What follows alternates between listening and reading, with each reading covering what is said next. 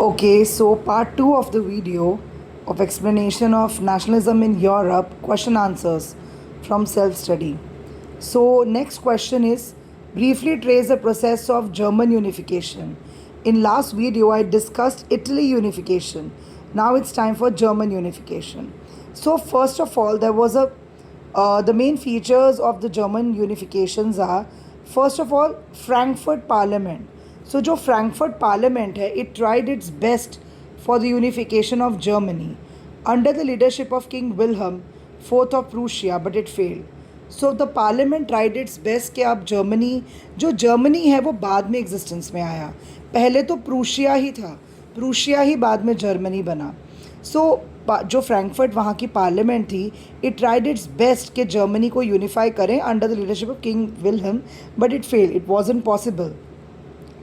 Unification under the leadership of Prussia. Prussia took on the leadership of movement for national unification. फिर Prussia ने ही took the leadership के भाई वो national German को unify करेंगे. जो प्रूशिया का चीफ मिनिस्टर था Otto von Bismarck, he is considered as the main architect of the process and he carried out the movement of national unification.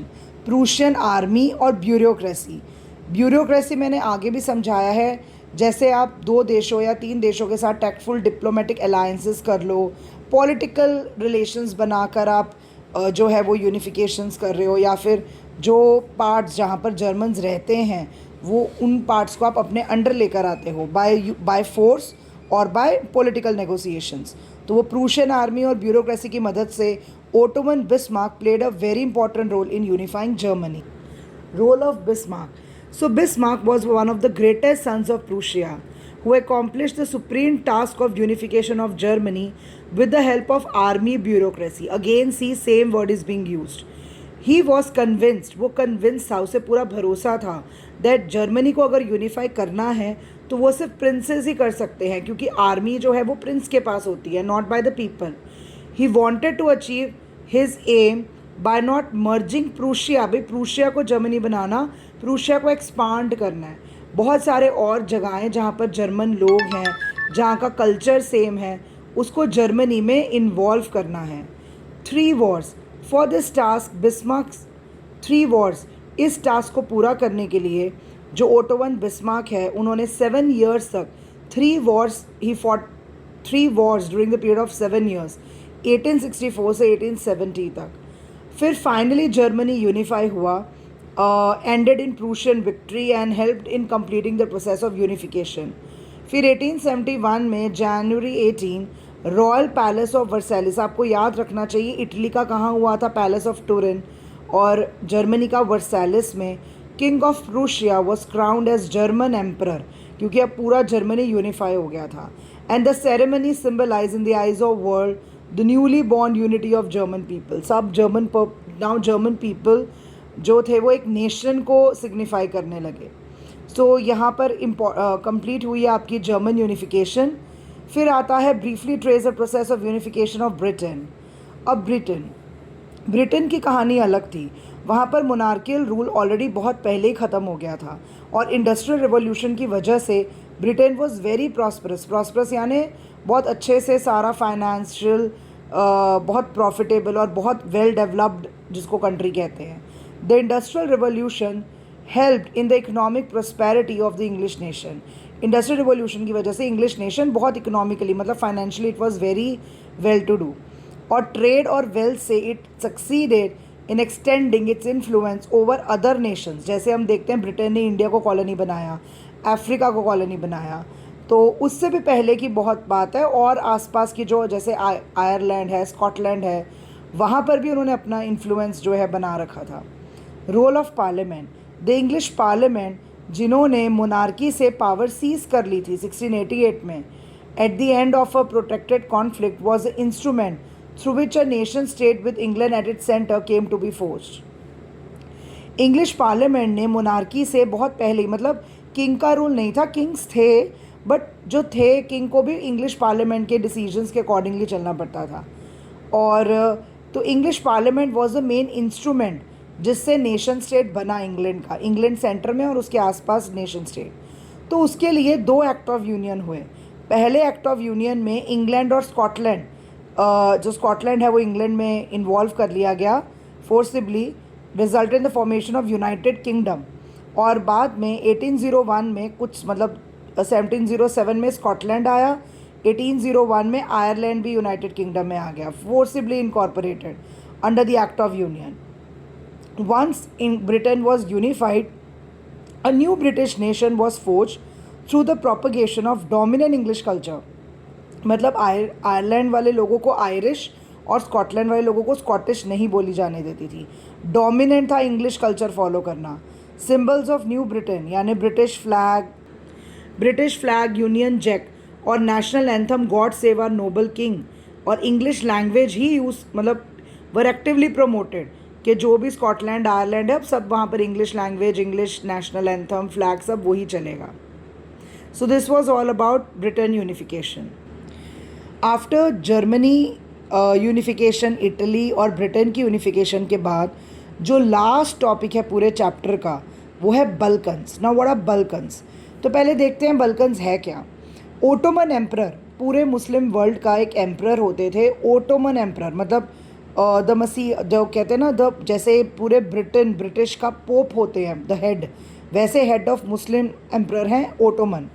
तो जब ओटोमन नेशनलिज्म की फीलिंग जो France से स्टार्ट हुई वो और पूरे यूरोप में हर जगह फैली। तो जो बहुत सारे स्टेट्स हैं जैसे कि Romania, Bulgaria, Albania, Macedonia, Croatia, ये सारे स्टेट्स उस inhabitants were broadly known as Slavs, उनको स्लैव्स बोला जाता था। Large part of Balkan was under the control of Ottoman empire, इनको हम बोलते थे स्लैव्स। और ये जो स्लैव्स हैं ये काफ़ी हद तक मतलब ये जो स्लैव्स हैं जब इंडिपेंडेंट हुए तो बल्कन मतलब ओटोमन एम्पायर से ये अलग हो गए, इनको हम स्लैव्स बोलते हैं, वो ओटोमन एम्पायर से अलग हो गए। फर्स्ट पॉइंट में तो इतना ही है। Explosive region, spread of ideas of romantic nationalism in the Balkans, पूरे यूरोप में, फ्रांस के बाद पूरे यूरोप में नेशनलिज्म जो है, रोमांटिक नेशनलिज्म, ये भी अभी हम पढ़ेंगे रोमांटिक नेशनलिज्म क्या होता है। Together with the disintegration, Ottoman empire में थे ये सारे, डिसइंटीग्रेट हो गया, वो सब एक एक करके अलग हो गए। Made this region very explosive. Internal conflicts, as the different Slavic nationalities struggle to define their identity and independence, the Balkan area became an area of intense conflict। हर कोई अपने आप को अलग, इंडिपेंडेंट, अपना नेशन, अपना कल्चर बनाना चाहता था। Balkan states were fiercely jealous of each other, सब आपस में ही एक दूसरे की टेरिटरी को अपने अंडर लाना चाहते थे कि उनका एरिया एक्सपांड हो जाए। Source of rivalry between big powers, Balkan became the source of intense rivalry. जो बड़े बड़े यूरोपियन पावर्स थी जैसे जर्मनी, इंग्लैंड, ऑस्ट्रिया, रशिया, वो सब भी चाहते थे कि बल्कन के स्टेट्स उनके अंडर आ जाएं। सीरीज ऑफ वॉर स्टार्ट हो गई। Each power, Russia, Germany, England, were keen on countering the hold of other powers over Balkans, कि हमारे अंडर आ जाए, हमारा एरिया बढ़ जाए। तो जिसकी वजह से इतनी ज़्यादा वॉर स्टार्ट हो गई और फाइनली फर्स्ट वर्ल्ड वॉर ही स्टार्ट हो गई। तो this is the last part of the chapter Balkans. अब इस चैप्टर का नेक्स्ट बहुत इंपॉर्टेंट क्वेश्चन है, what was romanticism, how did romanticism seek to develop a particular form of nationalist sentiment. So romanticism what very artistic, literary and intellectual movement. तो the movement glorified folk art and vernacular language. तो हम ये बोलते हैं कि सिर्फ Wars वगैरह से ही नेशनलिज्म की फीलिंग, नेशनलिज्म नहीं आया, सारे नेशन स्टेट्स नहीं बने। रोमांटिक नेशनलिज्म का भी बहुत, और ये वेरी इंपॉर्टेंट लॉन्ग आंसर है। रोमांटिक आर्टिस्ट जो थे वो साइंस और रीजनिंग के अगेंस्ट थे। They focus on emotions, institutions और मिस्टिकल फीलिंग्स मतलब जैसे कि हम लोग कहते हैं ना कि हमारी भारत माता, हम अपनी भारत माता के लिए जान भी दे देंगे। तो वो जो एक अपने नेशन के लिए अलग अलग सिम्बोलिज्म्स को यूज़ करना। They wanted to share a collective heritage, a common cultural, कि भाई एक नेशन है, नेशन के जो लोग हैं उनका एक कलेक्टिव एक हेरिटेज होना चाहिए। जैसे अपने कल्चरल टेम्पल्स हो गए, अपने कल्चरल जो बुक्स हैं, वर्नैक्युलर बुक्स हैं, और एक कल्चरल पास, सबके कल्चर सेम होने चाहिए। Romantic philosophers wanted to create a true spirit of nationalism through folk songs, folk poetry, dances, folk dances मतलब फोक कल्चर, क्योंकि वो सोचते थे कि अगर एक नेशन में एक जैसे लोग एक साथ मिलके रहेंगे तो उनका कल्चर, फोक डांस, फूड और ये सारी चीज़ें सेम होनी चाहिए. So according to them collecting and recording these forms of folk culture वो बहुत इंपॉर्टेंट प्रोजेक्ट है नेशन बिल्डिंग का.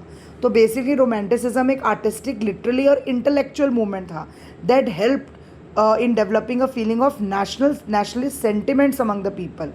और ये ग्लोरीफाई करता था फोक आर्ट और वर्नैक्युलर लैंग्वेज को. वर्नैक्युलर यानी अपने अपनी जगहों की, अपने अपने स्टेट की लैंग्वेज, अपने अपने कल्चर की लैंग्वेज. अगर ये क्वेश्चन लॉन्ग आंसर में आए तो there is one more long answer. The development of nationalism did not come only through Wars and territorial expansion. इसके अंदर भी आपको रोमांटिक इमेजिनेशन का ही लिखना है कि सिर्फ वॉर्स या टेरिटरी को एक्सपांड करके नेशनलिज्म नहीं आया. रोमांटिक इमेजिनेशन का भी इसके अंदर बहुत बड़ा हाथ है. तो यहाँ पर आप दोनों जो इससे पहले वाला क्वेश्चन है और इसको कंबाइन कर सकते हो. Though wars and territorial expansions played a major role in arousing the feeling of nationalism, but culture, art, poetry, stories, music also played their role. इन सब का भी इक्वल रोल था. फिर ये पूरा पॉइंट लास्ट क्वेश्चन से ही है कि romantic artist were against the glorification of reasoning and science, और वो मतलब focused on emotions, institutions, mystical feelings. Romantic philosophers wanted to create true spirit of nationalism through folk songs, folk poetry, folk dances. Language का भी बहुत important role था. यहाँ पर एक बहुत इम्पॉर्टेंट टॉपिक है.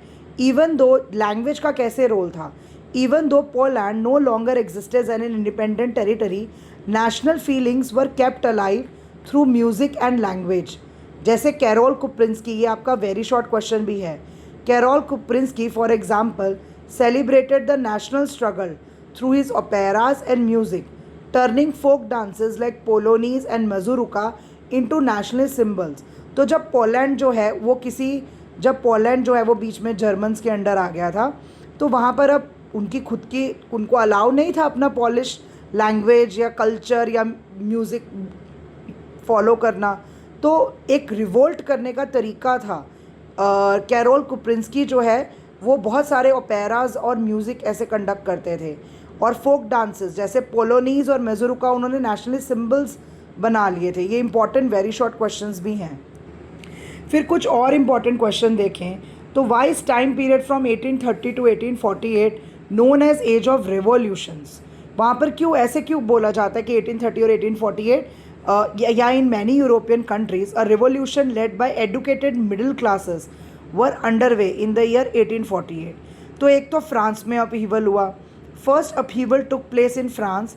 The Bourbon kings who had been restored to power after the Vienna congress. जब हमने वियना कांग्रेस वाला क्वेश्चन देखा था, जब नेपोलियन को हराया था, वियना ट्रीटी हुई थी, तो बोर्बन किंग्स को वापस रिस्टोर कर दिया गया था. अब वो ओवरथ्रो हो गए. लिबरल रेवोल्यूशनरीज ने उनको ओवरथ्रो कर दिया और वहाँ पर कॉन्स्टिट्यूशनल मोनार्की आ गई जिसमें लुई फिलिपी उनके हेड थे. सेकेंड, अपराइजिंग इन ब्रुसेल्स, जुलाई रेवोल्यूशन. ये भी बहुत इंपॉर्टेंट है. ब्रुसेल्स नाम की जगह में एक अपराइजिंग हुई जो बेल्जियम में था, जिसके बाद which led to Belgium breaking away from United Kingdoms of Netherland. United Kingdoms of Netherland से बेल्जियम भी अलग हुआ. उसके बाद ग्रीस जो था वो ओटोमन एम्पायर के अंडर था, जो बल्कन्स वाले में हमने देखा. The growth of revolutionary nationalism की वजह से ग्रीक ने भी अभी अपनी इंडिपेंडेंस वॉर लड़ी और फाइनली ट्रीटी ऑफ कॉन्स्टेंटिनोपल हुआ. एक ट्रीटी यानी एक एग्रीमेंट जो साइन होता है कि फाइनली ग्रीस इंडिपेंडेंट नेशन बन गया. Nationalist in Greece got support from other Greeks जो एग्जाइल में रह रहे थे और कुछ वेस्ट यूरोपियंस. तो उनको ग्रीक कल्चर, जो एंशिएंट ग्रीक कल्चर है, वो बहुत इंपॉर्टेंट और सेक्रेड है. तो जो ग्रीक कल्चर को बड़ा रिस्पेक्ट करते थे उन्होंने भी साथ दिया और finally Greece got it independence. तो July revolution, Greek uprising in Greece और फ्रांस, तीनों ही कुछ इन सालों में ही हुए. तो definitely this time period is known as age of revolutions. फिर एक और इम्पॉर्टेंट क्वेश्चन है. The 1830s were the years of great economic hardships in Europe. The decade of 1830 had brought great economic hardship. तो क्यों? उन particular सालों में population बहुत एक्सप्लोड हुई. First half of 19th century saw an enormous increase in population all over the world.